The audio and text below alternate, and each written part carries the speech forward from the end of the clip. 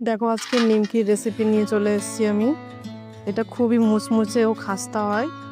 এটা দেখো কেমন আমি বানাই বাড়িতে।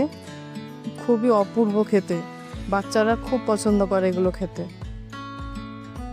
খুবই অল্প সময়ে হয়ে যায়।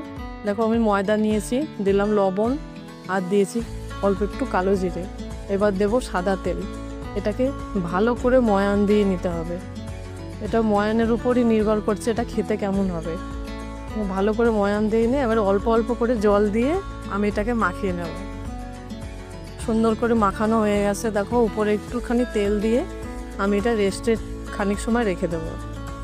10 মিনিট মতো রেখে দিলেই হয়ে যাবে আমাদের। দেখো ঢাকা দিয়ে আমি রেখে দিলাম। দেখো এটা হয়ে গেছে। আমি এবার এটা একটুখানি আবার একটু মাখিয়ে নেব হাতে। মাখানো হয়ে গেলে এবার আমি এটা ছোট ছোট করে গোলা পাকিয়ে নেব। দেখো আমার গোলা পাকানো হয়ে গেছে। এবার এটাকে আমি আস্তে আস্তে করে বেলে নেব একটা একটা করে। দেখো এবার দেখো একটুখানি ময়দা নিয়েছি একটা প্লেটে করে, একটা ময়দা দিয়ে অল্প করে ময়দা দিয়ে আমি এটাকে বেলে নেব। দেখো সুন্দর করে গোল করে বেলতে হবে। দেখো কত সুন্দর লাগছে এটা দেখতে। দেখো বেলা হয়েছে। দেখো এরকম সরু করে বেলবা, এত তো পাতলা করে। এবার এটাকে ছুরির সাহায্যে আস্তে আস্তে করে কেটে নিতে হবে। দেখো দেখো কাটছি আমি কেমন করে, দেখো তোমরা। এটা কোনাকুনি করে কেটে নিতে হবে সুন্দর করে, একদম নিমকির সাইজে হবে, লম্বা লম্বা একটু কোনাকুনি।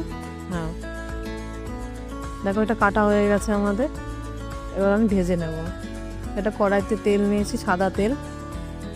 তেলটা গরম হলে দেখো আস্তে আস্তে আমার নিমকিগুলো দিতে হবে, খুব সাবধানে। দেখো আমি কেমন করে দিচ্ছি, দেখো কত সুন্দর ফুলে উঠছে সাথে সাথে। আস্তে আস্তে করে দেখো এটা এগুলোকে আমি ভেজে নেব। এটা খুবই মুচমুচে হবে খেতে আর দারুণ। এই পর্যায়ে যেই হবে আমার এটাকে নামিয়ে নিতে হবে। দেখো হালকা লাল লাল হয়ে এসছে। আপনারা বাড়িতে অবশ্যই এটা ট্রাই করবেন। এটা অপূর্ব হয় খেতে, খুব খাস্তা। দেখুন কত সহজে মুচমুচে হয়ে ভেঙে গেল।